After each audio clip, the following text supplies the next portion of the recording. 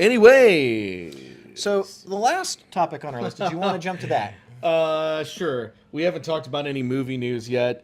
We could have actually talked about this last week, but I don't even know if we touched on it at all. I don't think we talked about it. But so they're making a Lion King movie. You've probably all seen the trailer or are aware of it, but there is a prequel, Mufasa, being made. So you know the live action, it's still animated, but the live action Lion King that came out a few years ago, it's getting a prequel called Mufasa. I have mixed feelings about this because I didn't care for the live action remake. I love the look and the feel and the aesthetic of the original Lion King. It's still one of the greatest, not just one of the greatest animated movies. I think the Lion King is one of the greatest movies. Hans Zimmer, Elton John, Jonathan Taylor Thomas. James Earl Jones. Yeah, James Earl Jones. Well, I was joking with John. I mean, Jonathan Taylor Thomas is young Simba, but he's not what makes that movie great. I'm just kidding. But the point is, now we're getting a prequel to the remake of the movie that didn't need a remake. I mean, on one hand, I got to give it to them because this is an original story. They're not doing Lion King 2 or 1.5. This is a completely new story.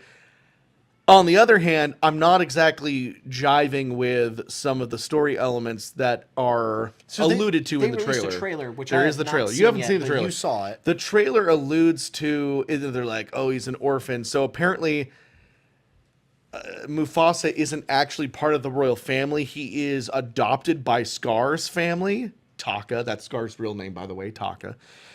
He wasn't born Scar. Wow, didn't know that. But that part has always been part of the canon. His name, it was like in a children's book, it referred to him as Taka, like a long time ago.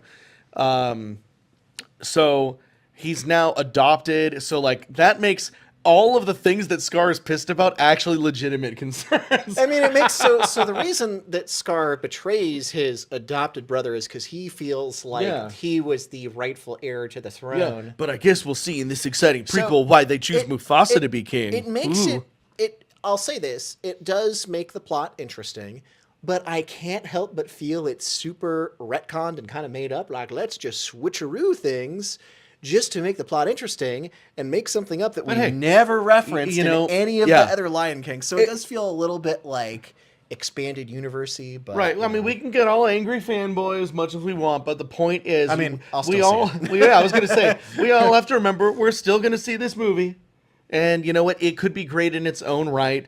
I don't want to be that person that just says, I don't like this and this about this movie, so I don't want to be that kind of person ever. I will give this movie a chance. And only if it is actually bad on its own merits will I continue to hate on it.